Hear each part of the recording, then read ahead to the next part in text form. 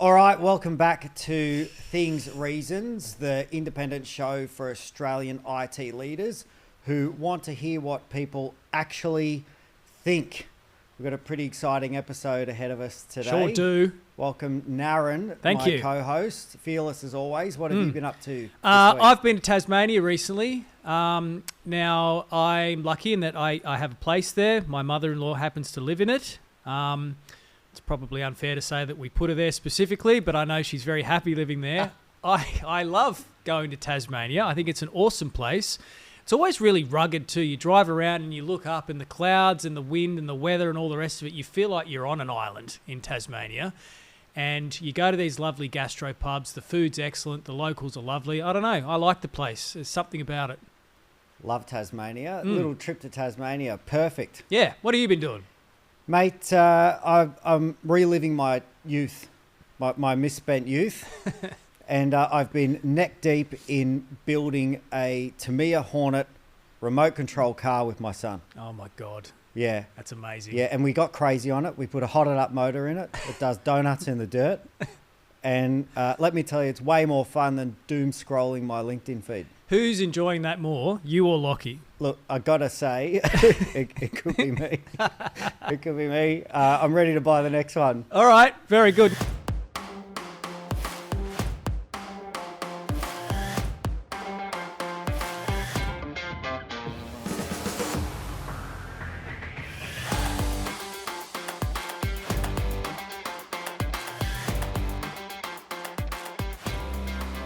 Now, look, Okay. It would be remiss of me to not observe the fact that we have somebody else sitting here. I'm going to introduce this gentleman. So, his name is Gustavo Fuchs. He works for Microsoft. He's newly appointed, but he has worked for Microsoft before. Right now, though, he's the VP for Asia Channel Sales. He is a 30-year veteran in technology. He previously led Google Cloud Solutions, and before that, he was at Microsoft for 10 years. I'm sure we're going to hear about that and why he went back. He's an Instead graduate based in Singapore, loves Singapore, and he's known for strategic leadership and inclusive tech ecosystems. Gustavo, welcome to Things Reasons. Thank you so much for having me. Right, well, what have you been up to? Well, back recently, now 3 months and a half. It does sound much longer than that. I actually been on the road. It's my second or third time in Australia in 3 months, which is amazing. Again, thank you very much for having me. You're welcome. So rejoining Microsoft after 5 years out there, and very, very happy to be working with our channel partners across regions. So I'm responsible for Asia, which includes everything from India to New Zealand. So Australia, very, very important market for us. And I think there are mainly three reasons why I came back. I think one is we have an incredible opportunity. Microsoft has done so well across the many iterations we have in terms of enterprise and strategic customers. We always had a focus in small and medium businesses, and now we have an incredible setup, not only from the technology but go-to-market and critical channel partners for us to do that. So the incredible opportunity for us. Second is the customers we are working with, the partners we're working with, they live through what I call the real world. They are out there in the market. They go the up and downs of the economy. The adoption of the technology is really critical for them, makes a difference in the business. And then finally, I'm very happy to be back and working with many colleagues and leaders that I admire and know from before. So really, really good. It does sound longer than 3 months, just as a share of the intensity. Yeah. But it's amazing. And again, thank you very much for having me You're here. very welcome. And look, can I just say that the 5 years between your roles at Microsoft, my God, a lot has changed in that 5 years, right? Incredible. Indeed. Yeah. Indeed. Does the business feel different? Does Microsoft feel different? I think Microsoft has a very strong core that kept us not only going but progressing throughout. But the company is much more agile. The company is much more inclusive. The company is allowing itself to adopt and get the best of what we used to call the Silicon Valley bring this back to Washington State and, of course, explore this and put this the rest of the world. I mean, if you remember many years ago when Microsoft was adopting open source, today Microsoft is the biggest contributor to open source, right? Many of the companies that we brought on board, be it LinkedIn, GitHub, many others, it created that concept of adding to the culture.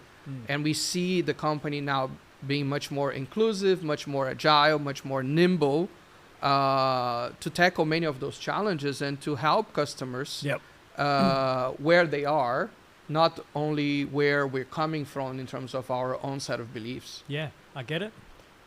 Gustav, did you really just come back to Microsoft because you wanted to be known as a Microsoft boomerang? In Australia, we call people who leave and come back boomerangs. Well, it's actually my third time in Microsoft. Triple boomerang. I don't know how to call that. I don't know what we call that one either. I would say my average tenure is 10 years. So I still have, the next 10 tenure. years to go. And we do joke internally, if this is ever known, when you make 25 years in Microsoft, you get your name on a wall. Oh, cool. Back in one of the main buildings in Redmond. So I'm counting now 21 years and 4 months. So I have some time to go. Well, look, we've got a lot of things to talk about. It's fair to say that the industry is going through a monumental change at the moment. There's ups and downs, there's expectations, there's concerns on return on investment. I'd say certainly mid-market business, maybe even every small business in Australia is wondering what the hell to do about this AI thing that's kicking around. So why don't we get stuck into that? I think we definitely should.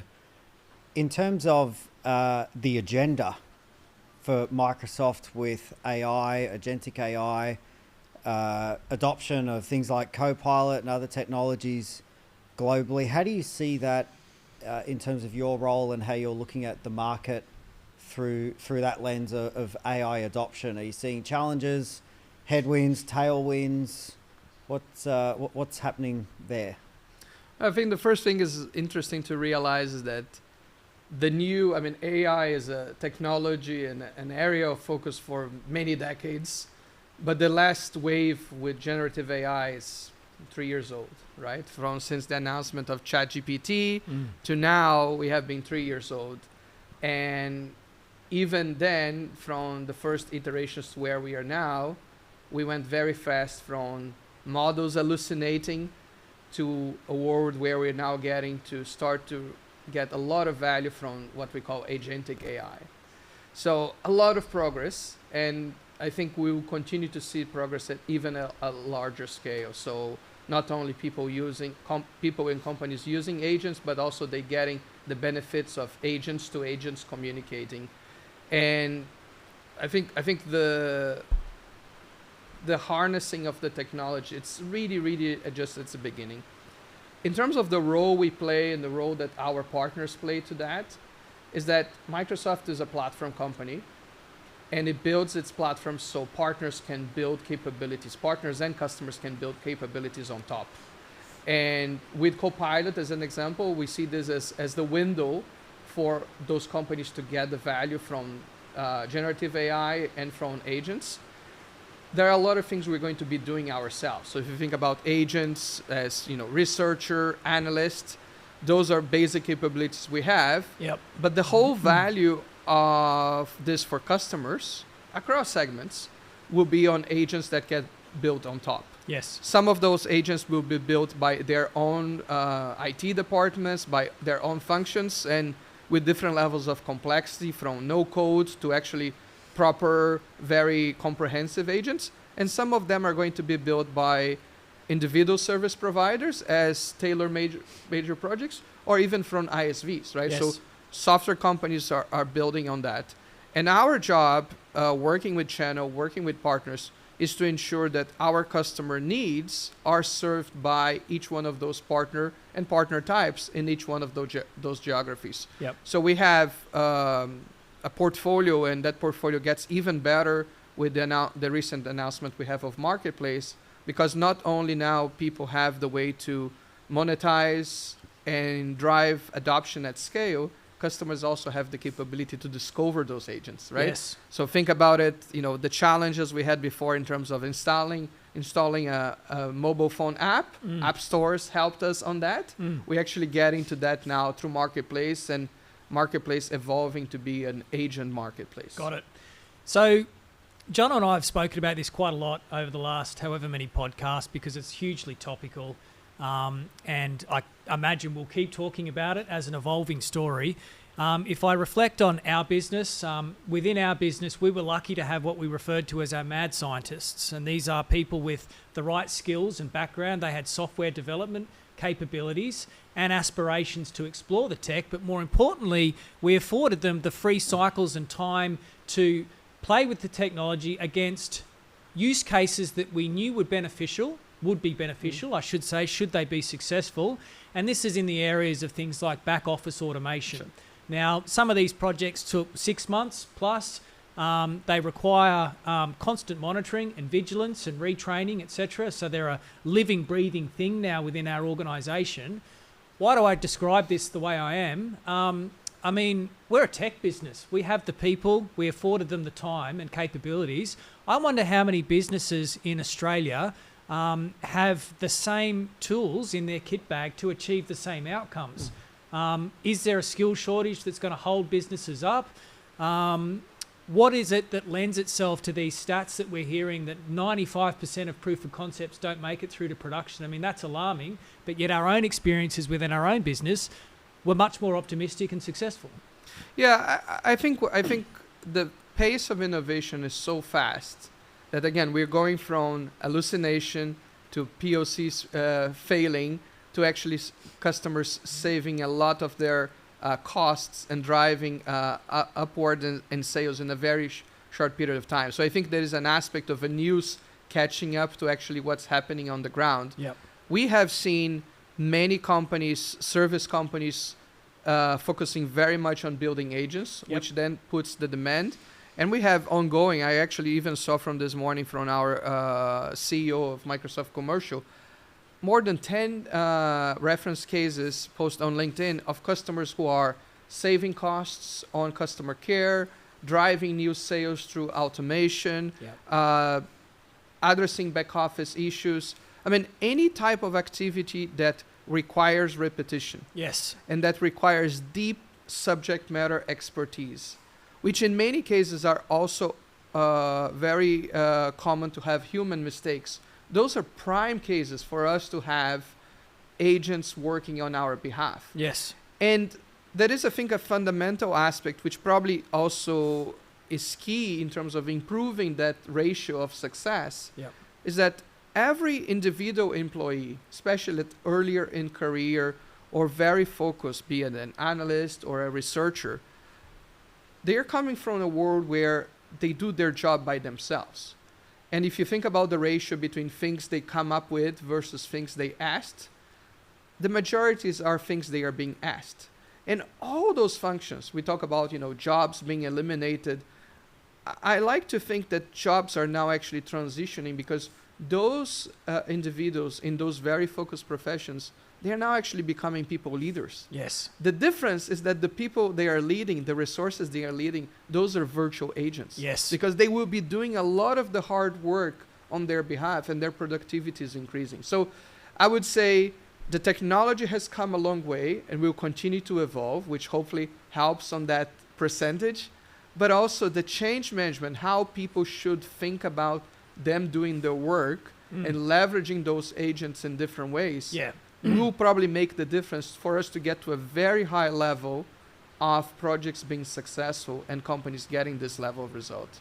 So with that type of approach, which I agree with, by the way, I think that's the right approach. The idea that agentic AI adoption of that in a business can make a person more productive, more powerful, where the AI now is working for that person, not necessarily replacing that person. And I know Naran and I have commented on this in the past, but there are instances where you see, I think, organizations probably come at it from the wrong angle and start to look at this as a way to cut costs or reduce headcount, and that's backfired epically. Can we describe those organisations as evil, Jono, or is that going too far? but accidental evilness. Yeah, That's it. maybe. Supervillainy. It's cool to hear from a technologist just to say, when you look at this technology, here is an opportunity to make people better, not replace people. What are you seeing? Do you think there's more of the market looking at it through that lens, through the technologist lens or an altruistic lens, or the other lens, which is perhaps the ruthless business lens? I think the starting point may vary, right? Depending on what kind of pressures the companies are going through. Some businesses are not profitable. Some businesses are not set up for long-term success. So they may see some of that technology as the silver bullet to solve their problems. Like a life raft, or if they're already in trouble. Yeah. I would say some others are in a more comfortable position and they see this as productivity gains. But I think in both cases, what that will lead to, even if they have an initial perception that will solve them and they will reduce drastically, it will get to a point where whatever is the number of contributors they have, number of people in the business, those people will be doing more meaningful, more satisfactory jobs. Because I think one of the things, if we look at very specific, there are a lot of functions that people do that are not necessarily rewarding for the individuals, right? There is a lot of repetition. There is a lot of, there is not new technology. The intellectual challenge is not there. So I think that's sort of the other aspect that I personally believe that AI will make the jobs that people have more meaningful, more rewarding for them, because they will be able to do something that's meaningful for the business, earn their living, and all those things are important, but also have a constant development, self-development aspect on that, because their activities are always improving, are always getting more interesting and complex.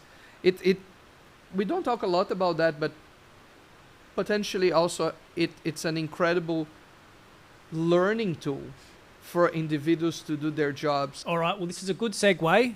So not that long ago, myself and the team went to Chicago for Ignite. We're going to San Francisco next month, November, actually. True, yeah. So we're taking a small army of people there.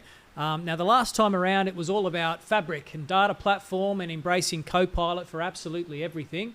What can we expect at Ignite in San Francisco next month? I don't know if I can give too much away on that. I mean, there's a little some surprise coming along. But I think what we have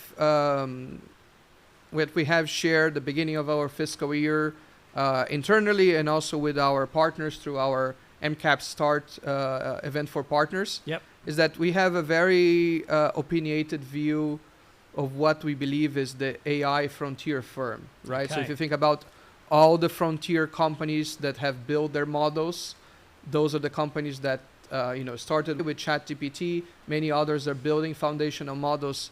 They are really changing how we think about technology and generative AI. So this is just for definition. So similar to born in the cloud startup type business, this is born with AI. Exactly. Right. It's the absolutely. So what we said, startups, digital natives, frontier companies, or companies that build foundational models are frontier companies. Yes. In the same way we said that every company will now become a software company. Yes. I think there is an opportunity now for every company to become an AI frontier company. And at the highest level, the opportunity is not only adopting technology while maintaining their existing processes, which is what we went through in all the digitalization wave we had. But now is the opportunity to adopt the technology, but actually reinvent that business process. Right. Historically, we took a paper form of, let's say, setting a new customer, which hopefully every business has that function of adding a new customer.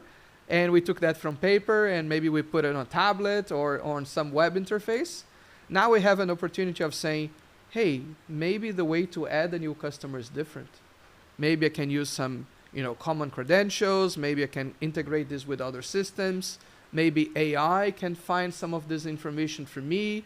how do I make it easy for me to acquire those customers, not only in terms of the marketing efforts, but also for the customer to register themselves. I mean, one of the points that I think there is still a lot of improvement is every time I want to register for a service or a company, when I buy something, it does take some work, right? So how do I do that? And I think that's the opportunity, and that's the blueprint of success.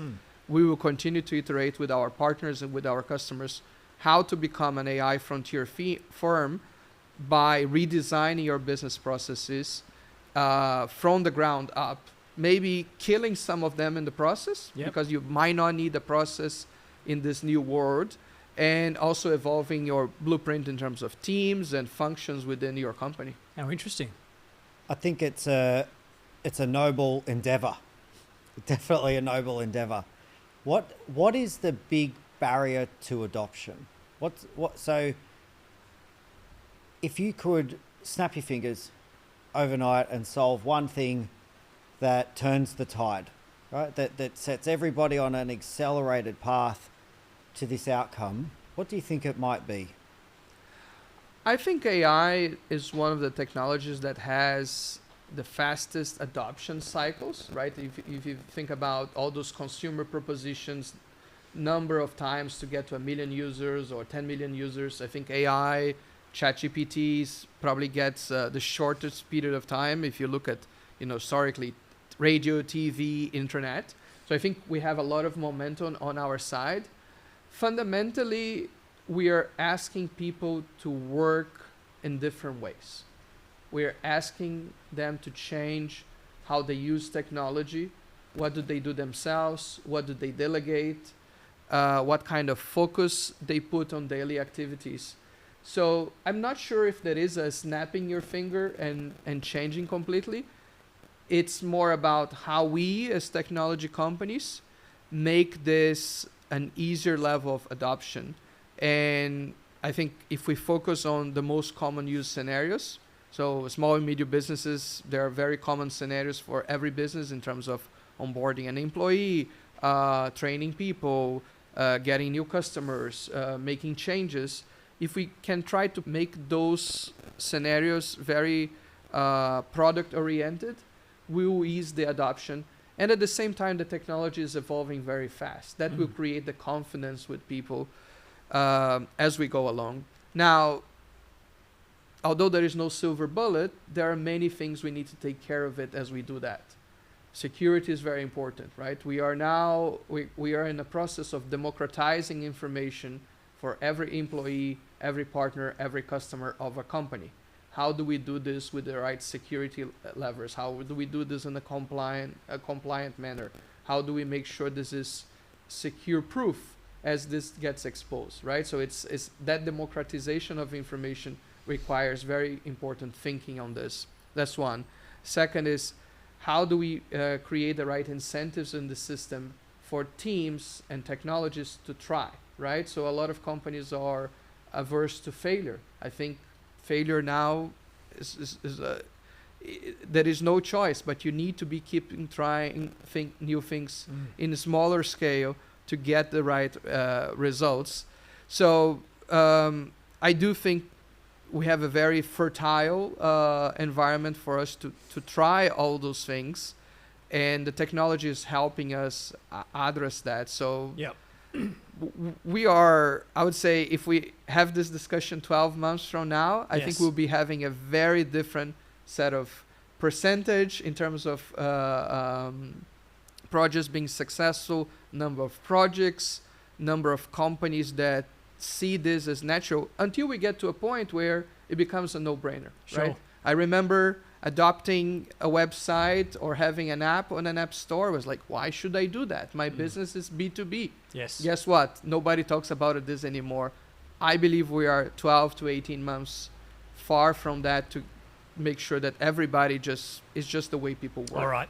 There's a question, and I have to ask it because it's fun. You know what I'm going to talk about. I'm ready. I'm ready. I don't know, so please go ahead. It's the question on artificial general intelligence, right? It's the question on where are we? How far away is that? And I'm wondering whether there's some frustration in the market too, right? I'm wondering whether the amount of investment in the market is in this anticipation of an artificial general intelligence type world, a new industrial age. Well, first question of you is, are we going to get there?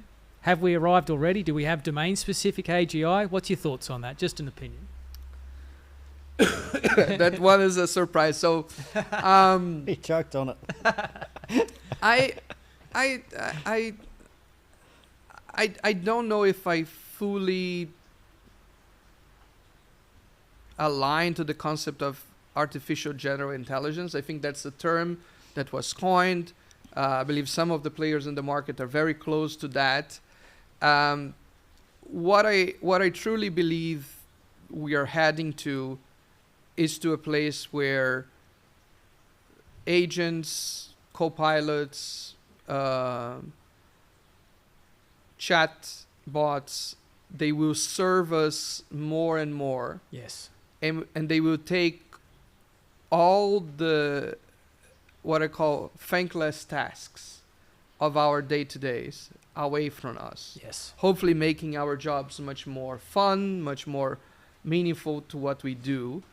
And for that to happen, which I think it's on its way, there will be needs to have general foundation models that gives us some very, let's say, broad knowledge. There will be need for some very specific models that are aligned and grounded to company information, Yep. because we are using this in the context of business world.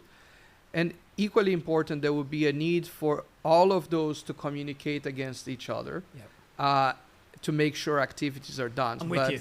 But I think we'll be there, and maybe a new term will come along. Right? Agents talking to agents. Yep. Is a signal that we're on the path. That's right, Jono. That's what it sounds like. I think so. Yeah.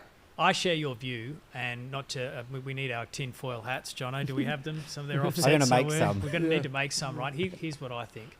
I think in order to have proper general intelligence, you need consciousness. I don't think consciousness is an emergent property of the brain at all, right? I think consciousness exists beyond. It's the bottom of the pyramid. And I think the physical world manifests out of it. This is going wild now, right? You with me? I'm with you. Right? And so I think true intelligence, as opposed to just strategically relevant responses to questions, right, is a different thing altogether. And I wonder whether we'll ever get there and whether it's possible to do so within the technology space whatsoever. Yeah. I think there is one step before that. And as a user, hopefully evolving to be a power user, which is very important, which is memory, right? I would love a lot to have a set of agents that truly understand how I think and can help me on my own way. We have technology today within Copilot to help me write how I write. So that's, I would say, a first step. But can I go to the next level, which I think it's underway, to make sure that it understands how I think about certain things, be it, personal opinions, professional opinions. Sure. How do I write on LinkedIn? How do I do certain types of activities? Of course, with all the privacy in mind, but if I want to harness that technology and having that memory and association to me, I think that's an important step before we get to that point, which eventually leads to conscious. And I'm with you. I think there are a lot of other areas we should focus before that. I'm with you. That will lead to much more bigger gains in productivity than something that maybe we don't understand yet what it means. So I think AI can get a lot smarter before we get to general intelligence. I think that's where we're at. That's right, John. It's got a long way to go. Interesting take on memory. An agent building up a series of lived experiences to get to know you properly. I think that's... I like that. That could be very interesting. Yep. Absolutely. That takes us to intrapreneurship. You wrote an interesting article recently on intrapreneurship and how to master it. We thought it was insightful. Give our listeners the headlines on that. Why did you write it? What are your thoughts? What does it mean? Yeah, let me take a step back on this. So I have a newsletter about intrapreneurship, and the original motivation of the newsletter is that we talk a lot about intrapreneurship, right? So people starting their companies, people creating their ventures. But if you think about the number of people that will create their businesses versus people like us that work in businesses, I think there's a big number of people that will work in businesses. But that doesn't take away the fact that even though we are employees, if we have that entrepreneurial spirit, we can make huge differences for the business we work in. So that entrepreneurial activity inside a company can make a huge difference. And I couldn't find, although it's something I truly believe, I couldn't find a good source that can give me tips and tricks and points of view on how someone can operate, sometimes in a small environment, sometimes in a complex environment with that. And that's the original inspiration for me to create the Intrapreneurship Edge, which is the newsletter I think that's cool. I have on LinkedIn. And yeah, it's very positive feedback. What I try to do is I lived through a lot of experiences as part of my day-to-day work, and not immediately because that will give away, but I have a backlog of those experiences that as I live through, I write some articles about it. Yes. And I think the most recent one I had was around, coming new into a company or coming new into a role. It was the timeline of me getting close to my 90 days inside Microsoft, back at Microsoft.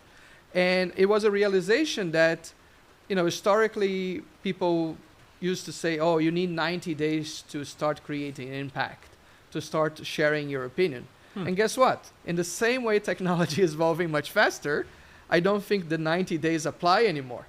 Right? Yes, it's an important milestone, don't get me wrong. And maybe there are things you should be doing even further down from 90 days. But it's very important that you start to create impact earlier if you're new in a position, if you're new into the company. Yep. So that's where I was covering some tips and tricks in terms of making sure you have the right connections with people, making sure that you're not necessarily changing anything too fast, but you're getting the different perspectives, right? Yep. Getting different perspectives. If you're a leader joining a new company, you're going to be exposed to a lot of needs, a lot of asks. How do you make sure you get a 360 perspective from different stakeholders, from different points of view? Got it. That's the essence of it. But it's there is no end goal here. We are all learning throughout, and hopefully that's also beneficial. I'm pretty sure your approach, Jono, when you start a new job is to sort of ball your fists up like this and just rotate your arms wildly as you go through the front door. Is that Yeah, having an impact. Yeah, straight away. Yeah, that's right. I think that's absolutely right. Any new employee in a business wants to have an impact. And you're right, there's a lot of resources out there for entrepreneurs, people who are starting new businesses, but there's a lot of people out there who have the same spirit, the same mindset, the creativity, working within organizations. I think that's a very good thing, and they can benefit from everybody's lived experiences. Yep. Certainly, it's a good thing to share as well. What goes around comes around, and I'd encourage our listeners to subscribe to your newsletter. We'll drop a link That's right. to the newsletter in the post-production. Somebody will do something. We can put a link right there. Ding! Good job. There you go. That's great. Yeah, great conversation. Thank you. Speaking of lived experiences, and you've got a few of them, I think on your third tour at Microsoft now, plus some other interesting companies. What's one piece of advice you'd give your past self before taking on a major tech initiative or challenge? It's really around be careful what you wish for. I think when you get asked or when you get exposed to an interesting initiative, it's very easy to get overly excited about that opportunity. You wouldn't know anything about that, Jono. No. No, not at all. 24/7 manic episode. That's right. Okay, so maybe that's an episode by itself, Yeah. right? But I think being very grounded on And it doesn't necessarily mean changing the acceptance or not, because sometimes we find ourselves in situations where we are asked to do a project and we can't say no, right? If we are excited, we are never going to say no. Even if we have some reservations, we'll definitely not be able in a position to say no, because that's presented as an opportunity.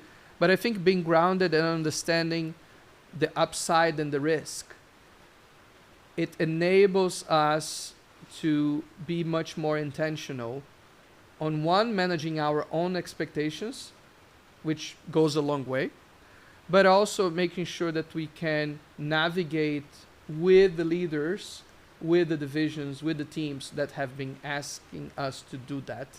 I think that's very important. I have found myself in situations where I was offered a project, I got overly excited, and I missed many of the potential risks of that.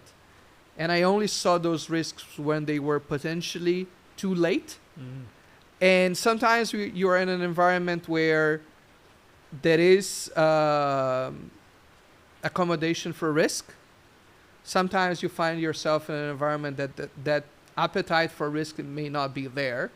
But if you are intentional, if you're aware of that, that helps a long way, and you can mitigate any risks and potentially even increase the odds of success of that project before anybody else realizes that was a risk in the first place. So true. So many parallels with sales. And I think it comes down to an abundance mindset. There are always more projects. There are always more opportunities. And not all business is good business, and not all projects are good projects. But when you're excited about it, it's hard not to be excited. Yeah, exactly. I think, in a vendor world, it's very common to say, oh, we got an RFP, we should answer. Yes. And I think the question I try always to ask is, why? Yeah. Is it written for us? Yes. Did we help write it? Do we have any chances of providing any value? So I think it doesn't mean that we're not going to answer, right? But it just means that we are intentional and we are thinking about it, because again, there is more work than time. There are more projects, as you said, than what we can do. So I think that intentionality maybe it comes a bit with gray hair, but it goes a long way. Because battle scars. Yeah, exactly. Muscle memory, right? Yeah. All right. Okay. Speaking of which, so this will be the second of our quickfire 3 questions. This one is in relation to tech leadership. So my question to you is, what's something that you used to believe in tech leadership that you no longer do? I don't know if it's tech leadership or just leadership in general. Sure. And maybe this is a function of wanting to get things done. Historically, I believed in achieving targets and beating targets. And I missed a lot of the joy, and probably made a lot of people miss the joy of progress throughout. So let's say, in many companies you have quarterly and yearly targets, right? And you fix yourself in achieving that yearly targets, and you miss the opportunity to enjoy, learn, and celebrate by yourself with others the progress throughout. Yes. So I try to concentrate that much more now on progress. So when I have a discussion with the team, I try to look less of where our yearly targets are, but week over week, month over month, what did we make progress? What are we proud of? What should we celebrate? What we should learn from? Did we have fun? Right? I mean, the number of hours, and I think in technology broadly, it's not only Microsoft, but the market and the industry in general, and many of our customers, the number of hours we put are out of this world. I mean, no one works 8 hours. It's probably it's like what Jensen from NVIDIA says. He said, I work 24 hours. When I'm not working, I'm thinking about work. That's right. When I'm sleeping, I'm waking up thinking about work, right? So I think having joy and looking at the progress, the journey, is much more important than the goals. And what I have at least seen, and maybe being lucky, or not on that is that by thinking this way, the odds of you actually getting and beating those targets at the end are much higher. Yeah. Because you re-energizing yourself and others Yeah. as part of that journey. You get buoyed by the progress as you go as well. And we speak about this, right? And sales tends to have momentum, right, Jono? Like a seller who gets a couple of wins under their belt is probably very likely to have a couple more, right? And if you celebrate that along the way, then maybe you'll get to the quarter, the half, the full year result, and you've enjoyed the journey along the way. Absolutely, absolutely. Yeah, I'm down with that. It's no different to, look, training for any sport. I'm a keen cyclist. I mean, we don't want to bang on too much about that on the show, per se. Maybe a little bit. But, you know, you get to enjoy the training along the way, right? And like the big races at the end or wherever they are in the year, they're just the end of a process that you've already bought into and you enjoyed, right? For me, it's probably 90% of it's about the training because, you know, that's what makes me feel good. And you're right, too, about the job being, and we've spoken about this in the past as well, it's a lifestyle choice for many of us, right? We don't stop thinking about it. You think about it in the shower, on the drive to work or wherever. You're always thinking about it. So, you know, if you're not enjoying that, God help you, because it's occupying all of your mind. Got to try and have some fun. So it sounds like the thing you used to believe was that you didn't need to pause and celebrate the small wins. It's become apparent that that's actually really important. Mm-hmm. Indeed. It's great advice. What's your gut check for spotting a good partner? And maybe that's code for, given you're from Microsoft, which are the best partners? Who gets all the leads? Tell us the secrets. Our audience needs to know. One of them here today, but So I'm married for 23 years. So I think I have a good, you know, hunch about choosing partner. okay. Good. Right? Okay. So maybe that's the start. But I think, and that probably goes from personal life to professional life, partnerships need to be win-win.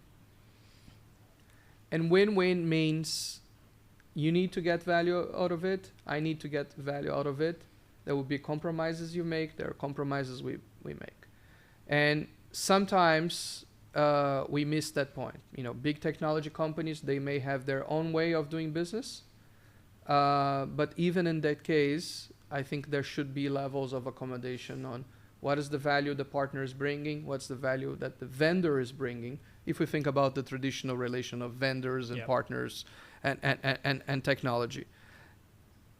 If I see anything that goes too much tilted from one side or another, I think it's a recipe for not a durable partnership. It can still be a partnership, but not durable. I mean, if you think about, you know, market news, there is a vendor that has changed completely their partner program. And the most common thing I hear is that, oh, this vendor has changed the partner program. We are looking to migrate, right? So they're still partners.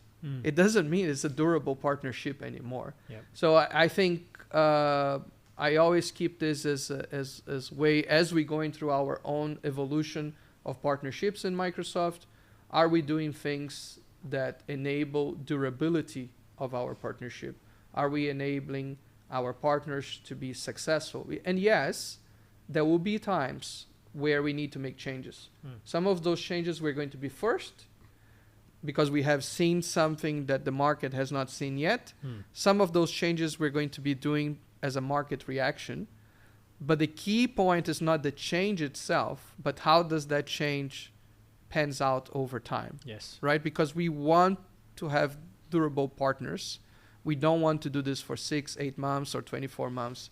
It's a long way. And I think it's something that, broadly speaking, Microsoft does very well, because if you think about the DNA of the company, starting from, you know, PC, OEM partnerships to having the biggest ecosystem with more than 500,000 partners globally, I think we get more things right than we get things wrong. Yep. Nobody's perfect, but it's something, it's very, very important in the back of my mind to make sure that if we are changing something, what is compensating to do that? And we are continuously evolving on those partnerships. I like that. John, lucky for you and I, our wives don't listen to this podcast because all this talk about compromise could be distracting. But listen, Great mate, advice. Good Great advice. Yeah, excellent. All right. Well, listen, Gustavo, thank you very much for coming on Things Reasons. It's been an absolute pleasure having you on the podcast. Really appreciate it. Thank you so much for having me. A really, really good conversation. Amazing. Thank you so much. All right, that's a wrap. Big thank you to Gustavo.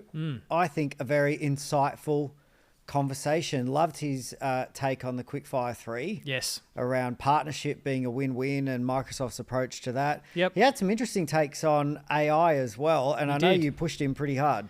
Look, I like to. I mean, everyone has an opinion on this space. It's an exciting space. Who knows where it's going? He's come back for more at Microsoft, and he's come back at a time when Microsoft are going through an incredible amount of change, and they're trying to speculate just as much as everybody else on where this thing is going. So credit to him. I know I put him on the spot, but he answered the questions, and hopefully our audience found that interesting. I know I did.